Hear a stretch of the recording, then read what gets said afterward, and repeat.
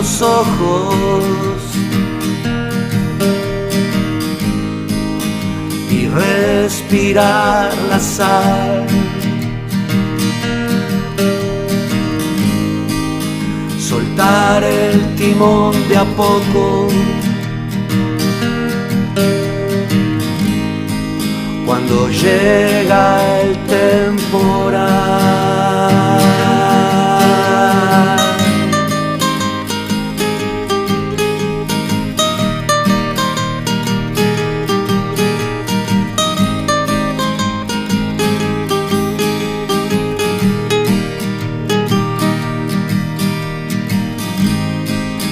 Lo vi quedarse solo, insultando hasta el final,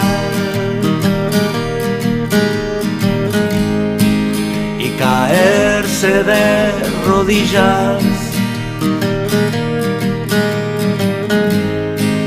justo en la orilla del bar.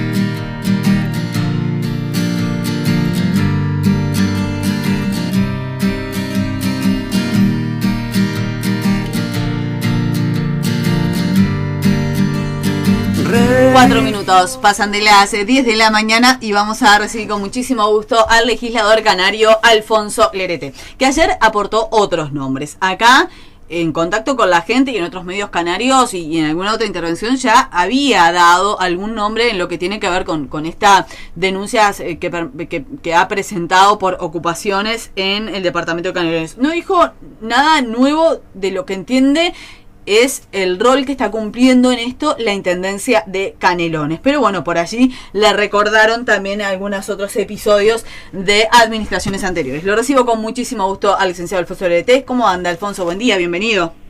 Buen día, Cecilia. Un gusto saludarte a ti, a toda la audiencia y a la orden, como siempre. Bueno, ¿qué sensación te quedó en el día de ayer luego de protagonizar de alguna manera esta situación que es catalogada como bochornosa, vergonzosa, de encontronazo físico, de agresiones que van mucho más allá del intercambio de argumentos? Bien. Lo bochornoso, obviamente, porque hay que contextualizarlo, lo bochornoso es que el Frente Amplio quiera dirimir una discusión o un debate a través de la violencia física. Porque en lo personal, y prediqué con el ejemplo, me quedé sentadito en mi banca, no me levanté, no generé ningún ademán provocativo, me quedé allí sentado, y quienes vinieron a increparme fueron los diputados de Frente Amplio que me vinieron a buscar, y algunos de ellos para, inclusive, definir este tema fuera del ámbito parlamentario, en la antesala o en otro lugar, y a través, obviamente, de la violencia. Entonces, nosotros no generamos el bochorno, ni tampoco fuimos protagonistas del mismo en cuanto a la ejecución. Creo que ese es el primer tema que es importante dejarlo bien establecido.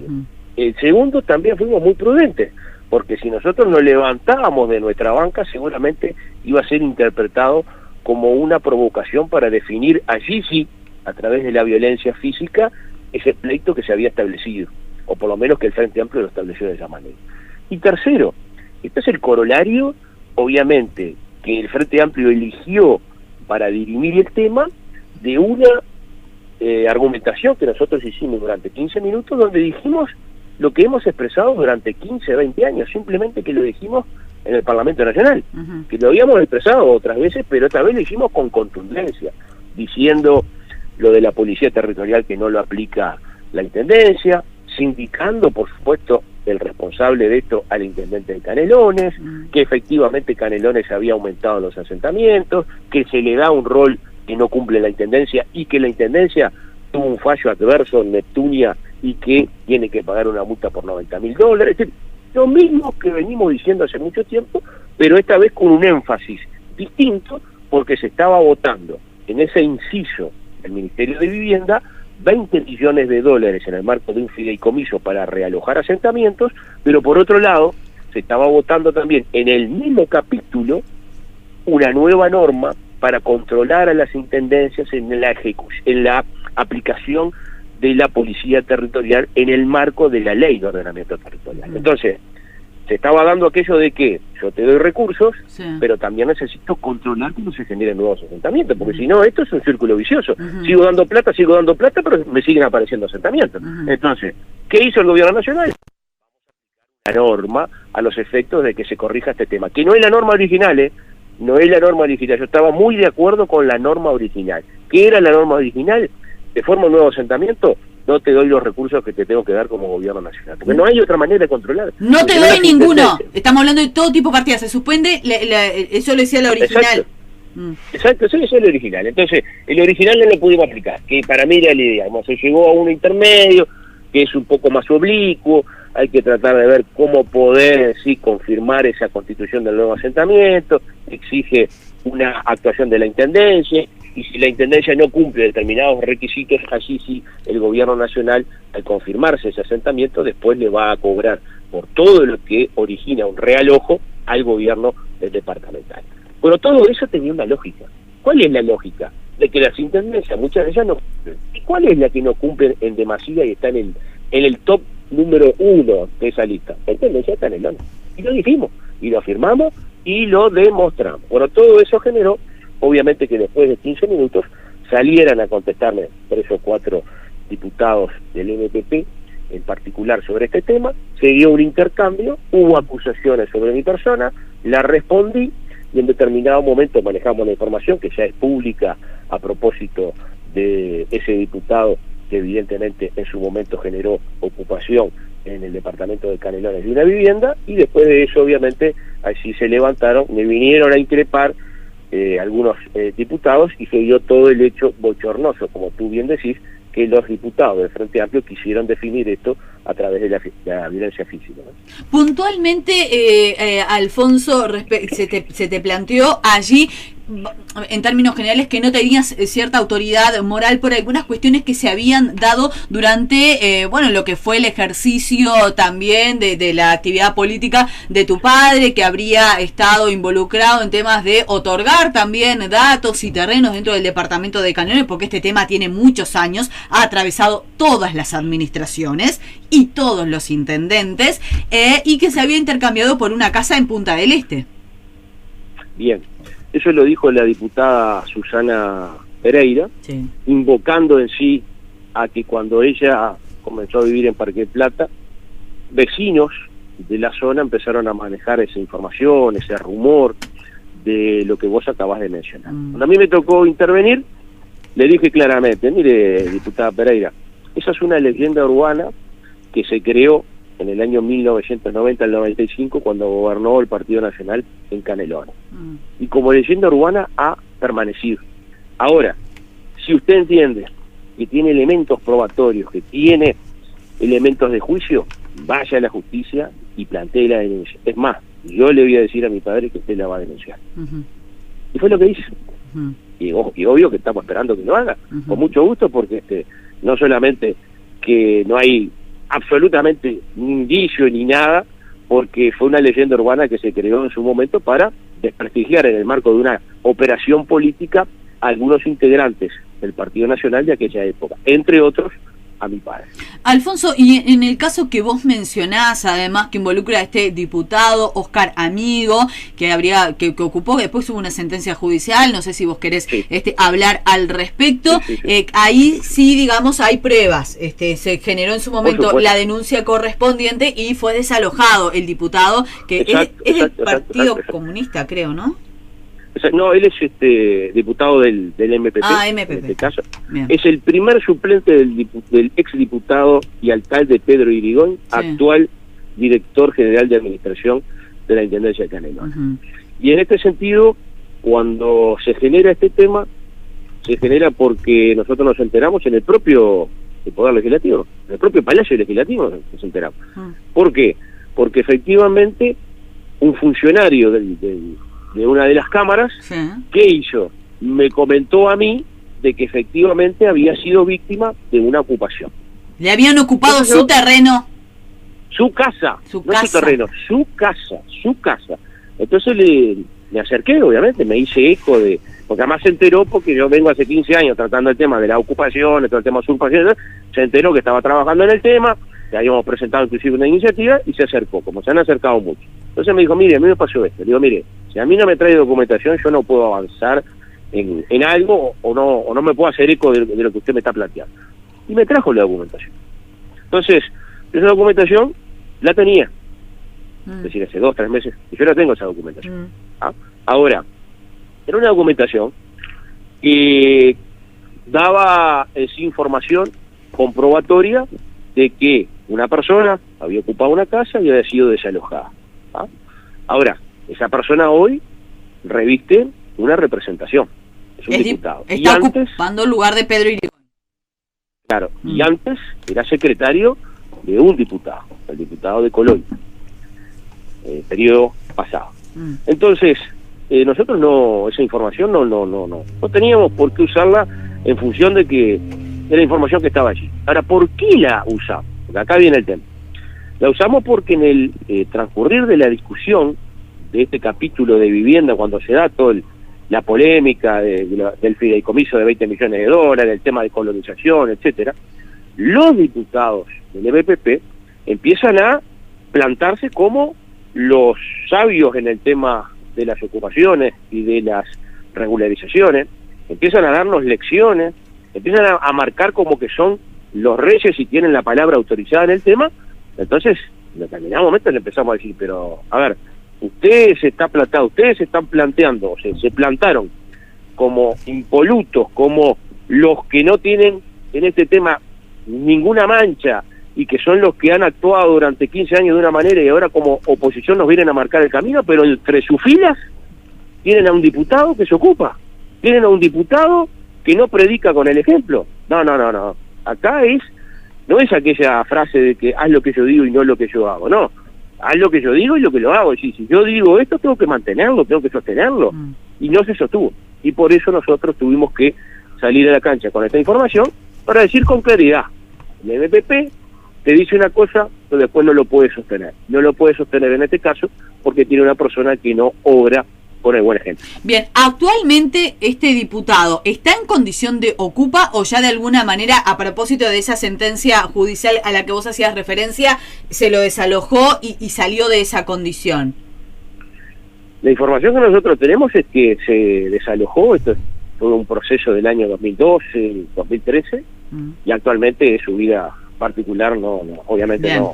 no es de nuestra incumbencia, ¿no? Bien. Lo que sí nosotros obviamente hicimos relación a ese tema, porque, a ver, vamos a los aspectos también humanos de todo esto, ¿no?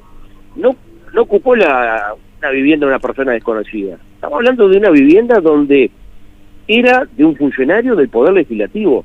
Ese funcionario del Poder Legislativo lo veía todos los días a esta persona. En su momento secretario de un diputado y diputado. Todos los días esa persona. Y después de 2 años logró acceder a su vivienda, pero durante 2 años, porque es ujier, era ujier porque ahora está jubilado, del Poder Legislativo, le tenía que llevar el agua al despacho, le tenía que llevar el café. En definitiva, una situación de impotencia total y de indignación también, porque me lo transmitió, obviamente, esa persona. Entonces, una situación donde, por un lado está el humano, por otro lado está todo el tema global de los que se ubican como ejemplarizantes en algunos temas y como modelo, pero cuando escarbamos un poco se cae ese modelo, se cae ese paradigma y es la dura realidad que hoy nos toca vivir, ¿no? Bien, yo ahora me voy a detener en esto de uno de los nuevos artículos que de alguna manera responsabilizan a las intendencias para la no conformación de los asentamientos, pero quiero preguntarte respecto de cómo quedó después la situación, si hubo algún otro tipo de intercambio, si hay algún otro paso a seguir luego de esta capítulo tan triste que se vio ayer en la Cámara de Diputados. A ver, un capítulo triste para quien la mira de afuera, por lo bochornoso de la decisión que toma el Frente Amplio, que es la de dirimir este tema a través de la violencia física. Para nosotros la tranquilidad de que dijimos la verdad y que las cosas hay que decirlas. Por eso utilizamos una frase del caudillo inmortal Luis Alberto de Herrera: ni me callo ni me voy. El ni me callo ni me voy, que quedó grabado en el bronce para toda la vida y las nuevas generaciones también lo utilizamos, es aquello de que vamos a decir las cosas y las vamos a decir en el momento que las tenemos que decir, y no nos vamos a achicar hablando términos deportivos con este tema. No vamos a ceder. ¿Y por qué te digo esto, Cecilia? Porque lamentablemente, muy especialmente el MPP, no todo el Frente Amplio, el MPP ha elegido un camino de hacer oposición y no es el mejor. ¿Por qué? Porque durante un mes, durante 6 meses, un año, casi un año y medio, nosotros aguantamos que nos dijeran de todo nos dijeran, pero ya eso se terminó. Hacen una afirmación y no está documentada, no tiene argumento, bueno, inmediatamente va a haber una reacción por parte nuestra. Cuando digo por parte nuestra, no solo mía, sino también del resto del Partido Nacional y de la coalición, porque ya no se puede sostener este nivel de generación de información falsa, información no real, datos que no aportan, en definitiva, un cúmulo de cosas que no solamente no se presenta bien en el rol que debe cumplir la oposición, sino que tampoco le hace bien a todo el debate. Después, ¿cómo quedó esto? Y esto quedó como habitualmente en el Parlamento se toman este tipo de intercambios. Va a haber un tiempo de distanciamiento muy natural, después en algunos puntos, porque nos vamos a encontrar en las comisiones, tendremos que seguir trabajando, pero obviamente con la oposición nosotros no vamos a hacer amistad, nosotros vamos a gobernar. Si encontramos puntos de encuentro, los vamos a tener y vamos a salir adelante. Y si no, seguiremos el derrotero de la vida como todos los días. Ahora, Alfonso, siempre lo hemos discutido durante en campaña también, esto de como de volver al pasado permanente, que en su momento lo hizo el Frente Amplio, se practica, ¿no? Esto de volver al pasado. Y cada vez que nosotros tratamos este tema acá, porque vos hace años que lo tratás, lo hemos tratado en tu calidad de edil, desde que tenemos el programa va a cumplir 13 años, hemos tratado este tema. Cada vez que lo abordamos, llegan decenas y decenas de mensajes con anécdotas y con situaciones que se vivieron en las 3 administraciones, Partido Nacional, Partido Colorado y el Frente Amplio. Y la verdad, no parece haber muchas diferencias entre cómo actuaron uno y otros gobiernos. Claro, uno mira para atrás y el otro día me comentaban en cuestiones de la administración Andújar, etcétera, pero en definitiva, si vamos al tema de autoridad moral, como se dice en el barrio, parecería ninguno de los partidos estar totalmente limpio como para hablar de esta situación. Mirá, yo nunca goberné el departamento de Canelones, nunca tuve la oportunidad de actuar como director, como intendente, nunca se nos dio esa oportunidad. Cuando la tengamos y que algún día se puede dar, te lo puedo contestar esa pregunta. Los que estuvieron en su momento deberán responder ellos ese tema. Lo que sí tengo claro es lo que a mí me ha tocado estar en el ejercicio de la función, desde cuando fui edil local, lo que hoy se llama concejal, después edil departamental, como director de AFE, y hoy como diputado. Y cuando a mí me tocó actuar, por ejemplo, como director de AFE, actué en consecuencia. Por eso soy tan insistente con este tema. Porque yo frené 2 asentamientos. Frené uno en Toledo y frené otro en Sauce. No recuerdo. Y lo frenamos en base a la actuación, que es la misma que le estamos pidiendo a la Intendencia, que no actúa. ¿Por qué? Bueno, para mí, por un tema ideológico y por un tema, diríamos, de corte hasta político partidario, porque evidentemente hay allí un tema ideológico de no querer denunciar, de no querer desalojar, de no querer actuar en esa materia. Cuando en definitiva acá lo que hay que hacer es impedir para poder darle una mano al que no tiene vivienda. Porque si no estamos en el círculo permanente, ¿no? En ese círculo que es de nunca acabar. Doy recursos para realojar, pero en 100 días tengo 4, 5, 10 o 15 asentamientos nuevos en todo el departamento de Canelones. Entonces, no te puedo responder la primera pregunta porque no hemos gobernado el departamento de Canelones. Ojalá en algún momento se nos pueda dar. Y con respecto al otro tema, exigimos, porque cuando nos tocó actuar en la función pública, dimos el ejemplo. Y el caso de AFE fue concreto. Alfonso, me vuelvo a lo que mencionábamos de estos artículos aprobados, porque allí hay un embrollo bárbaro respecto de qué tiene que hacer la Intendencia, qué no, qué posibilidades tiene, un papel preponderante de las fiscalías cuando dan lugar o no a determinadas denuncias, lo que le piden a los vecinos para denunciar, lo que le piden a la Intendencia también. ¿Cómo se trató de solucionar? ¿En qué quedó ese artículo entonces? Puedo hablar del tema de los asentamientos, pero esto no viene a solucionar el asunto de la ocupación ilegal de terrenos puntuales, porque acá también hay una cuestión que parecería más grave y más difícil de solucionar, y corrígeme si me equivoco, y es el acceso que tienen muchos funcionarios a datos muy sensibles en cuanto a la situación de los terrenos, que pasó siempre y que dio lugar a que determinados funcionarios infieles, en algunos casos alcaldes, incluso recuerdo algún caso, otorgaran, vendieran, usaran esa información para teóricamente beneficiar a alguien que necesitaba una casita en la playa o lo que fuera, lo que considerara. Pero ¿cómo se hace para controlar algo así si en definitiva los funcionarios tienen acceso a esa información tan sensible? Bueno, vamos, porque ahí me planteaste como 3 o 4 temas. Sí. El primero, lo del artículo. Lo personal me hubiera quedado con el artículo como fue enviado desde el Poder Ejecutivo, que era bien claro, bien sencillo de aplicar. Si se forman nuevos asentamientos, no se le va a entregar determinadas partidas económicas a la Intendencia. Eso era fantástico, fantástico. La diferencia quizás que podríamos tener es que se podría estar afectando o violentando en sí la Constitución, porque claro, hay partidas que están definidas por la Constitución de la República. Entonces allí era la diferencia que teníamos. Pero podría haber alguna otra partida que no se generara a partir de ese instrumento y efectivamente se podría aplicar. Pero eso era algo bien concreto. Tú tenés el rol de policía territorial, tú tenés que impedir las ocupaciones, bien. Si no lo haces, yo no te voy a dar el dinero. ¿Por qué no te voy a dar el dinero? Porque en definitiva te estoy premiando cuando tú estás generando una afectación en tu departamento. Porque vamos a ser sinceros, es decir, acá hay una afectación tremenda. Primero, por el hecho de que cambia tu barrio cuando se genera un asentamiento, ¿verdad? Es decir, cuántas personas, y seguramente estás recibiendo algún mensaje que diga, sí, a mí se me instaló y me generó un problema porque ahora yo no puedo vender mi casa, no puedo salir de acá, se me inunda porque la construcción se hizo irregular. Exacto, no sé, exacto. ¿sí? Te cambia todo.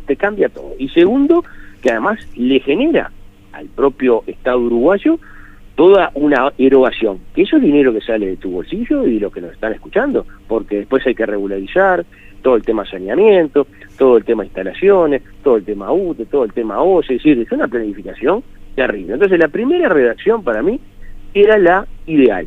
Se sustituyó, se encontró allí un punto de equilibrio político. ¿Por qué? Porque los intendentes no estaban de acuerdo con la redacción original, vamos a ser sinceros, no estaban de acuerdo. Y muy especialmente el de nuestro departamento, no estaba para nada de acuerdo, para nada, porque claro, vamos a hablar en plata, se le venía de noche, esa es la realidad, se le venía de noche. Entonces así buscaron una fórmula intermedia. ¿Cuál es la fórmula intermedia? Actuar a través de una especie de protocolo donde la Intendencia va a hacer la denuncia, donde se tiene que confirmar, son determinados pasos para dar, pedir obviamente a través de Fiscalía que haya una actuación express, es decir, lo más rápido posible. ¿Por qué lo más rápido posible, Cecilia? Porque si pasa un año, ¿qué es lo que se configura en esa ocupación? El derecho posesorio. Y ahí empieza de vuelta otro problema, y ahí es una espiral de problema tan complejo que no lo puede solucionar, por lo menos a corto plazo.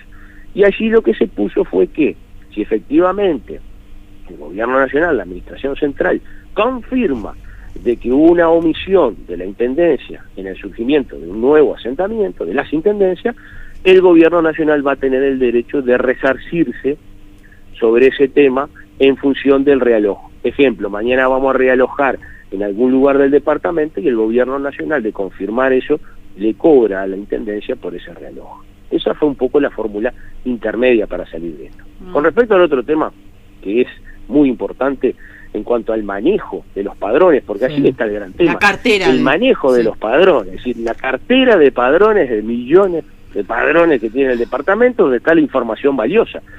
Pero ahí tenés dos temas. Uno, cómo pensar un sistema donde sea restringido pero abierto. A ver, restringido para que no muchos puedan acceder, pero también abierto internamente en la Intendencia para que no se te tranque toda la operativa de trámite, porque obviamente cuando te van a plantear un convenio de pago, por ejemplo de contribución inmobiliaria, que te presenta una persona para pagar la contribución, vos tenés que tener acceso a la información.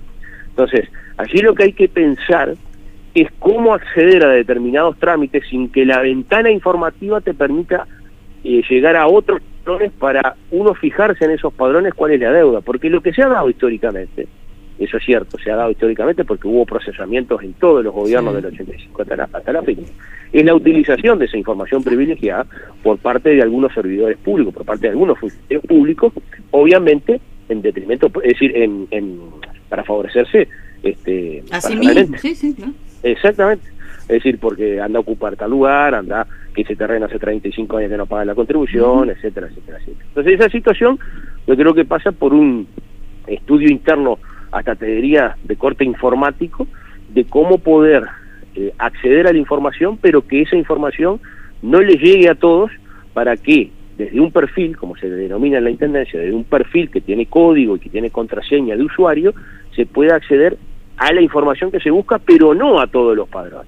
Y en eso hay que ponerle cabeza, no queda otra, porque ahí hay un problema, y reconozco que hay un problema hasta inclusive de operativo, porque si vos cerrás mucho la información, trancás toda la Intendencia. Eso también es real, trancás todos los procedimientos que se tienen que realizar. Yo de eso soy consciente, pero soy consciente también que la Intendencia hace muchísimo tiempo sus cuerpos inspectivos no salen a inspeccionar, y eso se hacía antes. Yo recuerdo en la época que de los viejos funcionarios municipales que me decían, bueno, mirá, hoy vamos a inspeccionar tal lugar, vamos a inspeccionar tal otro, y salían a inspeccionar, salían a ver si las viviendas tenían el permiso de la Intendencia, que es el que aparece en una tablita pintada a veces con color negro, autorización de la Intendencia, y abajo el del BPS. Son los dos datos que te piden en una obra, ¿no? Es decir, BPS y Intendencia de la habilitación, en este caso del BPS, y de la Intendencia, en este caso de Canelones.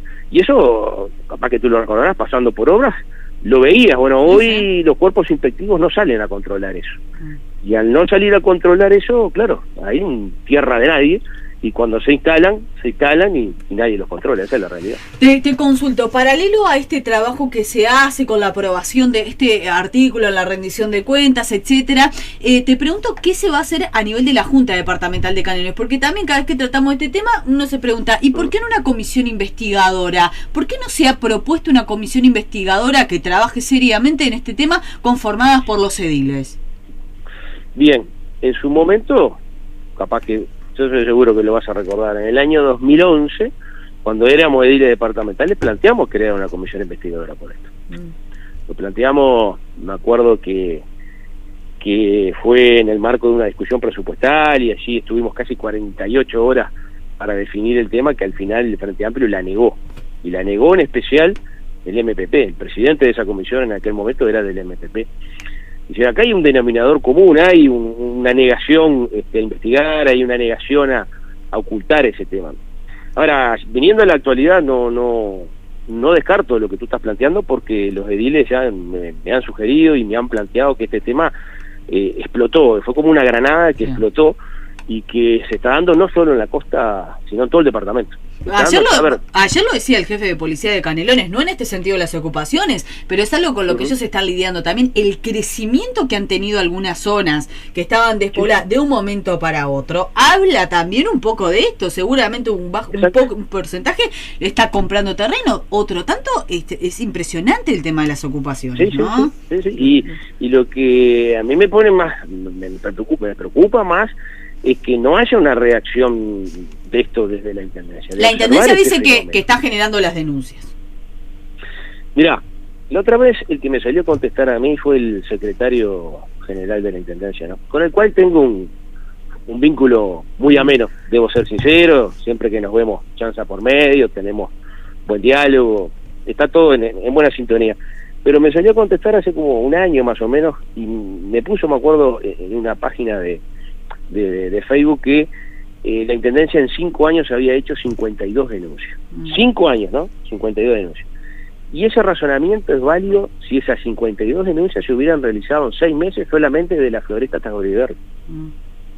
¿Me explico la dimensión del tema? Sí, la Intendencia se jacta, yo hice 52 denuncias, sí, pero en 5 años, muchachos. 52 denuncias es solamente en 6 meses, capaz menos, de la floresta Tagoriver, que es tierra de nadie. Y hoy, a ver, no lo digo yo, lo dicen los vecinos que se hartaron. Los vecinos se cansaron, se juntaron y fueron a denunciar al alcalde, tú lo sabes muy bien. Sí. Lo denunciaron, hay una denuncia en fiscalía, no lo dice el LRT esto, ojo, no lo dice el diputado LRT, ni la denuncia la hizo el diputado LRT, ni el LRT está en contra del alcalde, no, para nada. Me estoy simplemente tomando de la realidad un dato, que es que los vecinos se hartaron, los vecinos se cansaron, se juntaron de toda la Costa de Ebro y dijeron, vamos a hacer esta denuncia en fiscalía. Independientemente si tienen razón o no, a ver si me explico, Cecilia, independientemente si tienen razón o no, capaz que mañana sale absuelto el alcalde, no pasó nada y quedó por esa, pero hay una reacción de la ciudadanía, hay una reacción de la gente que ya no soporta más este tema. Entonces, o nosotros nos hacemos eco o miramos para el costado. Bueno, yo me hago eco, no puedo mirar para el costado. Bien. Alfonso, ¿algo más para agregar antes de cerrar la nota? Mirá, acá te preguntan algo que ya lo hablamos el otro día y que dijiste que lo habías intercambiado con dice, preguntale al LT por qué OCE y UTE colocan sus servicios a los ocupas. Sí, ¿te acuerdas que yo te había comentado a ti que iba a hacer la exposición? La escribí, te la voy a pasar después por WhatsApp. Dale. Y ya se la envié a OCE y hablé con el presidente de OCE. Y en ese momento llama al gerente comercial y le dice, vamos a analizar este tema. Vamos, antes de dar la autorización para colocar el contador, ir al lugar, hacer la inspección. Porque ¿qué pasa? Ellos se sorprendieron cuando le di este dato. Le digo, a ver, vos no vas hasta el lugar y no sabés a quién le estás dando la autorización para colocar el agua. Capaz que se le estás dando una ocupa, le digo. Y me quedó mirando Montero, ¿no? Raúl Montero, el presidente. ¿Pero qué me quiere decir, Alfonso? Me dice, y te quiero decir que estás legalizando lo ilegal. Eso te quiero decir. Sí, claro. Y usted también. Y usted también. Claro, y me dice, sí, claro, usted también, claro, por supuesto. Y me dice, tenés razón. Entonces ahí tenemos que extremar los controles y hacer la inspección ocular. Sí, tenés que hacer la inspección ocular. No me cabe la más mínima duda. Y buscar otra información, porque si por un lado estamos realojando, queremos regularizar, pero por el otro lado el propio Estado avala lo ilegal, estamos fritos, le digo. Estamos fritos. Sin duda. Sí, está claro lo que decís, está claro, hice el planteo y las autoridades son conscientes que tienen que actuar. Bien. Clarísimo. Ojalá que suceda pronto. Alfonso, siempre es un gusto escucharte. Gracias por este rato aquí en Radio Continental. No, gracias a ti. Buena jornada para todos y un abrazo grande. Abrazo enorme al licenciado Alfonso LRT, diputado por el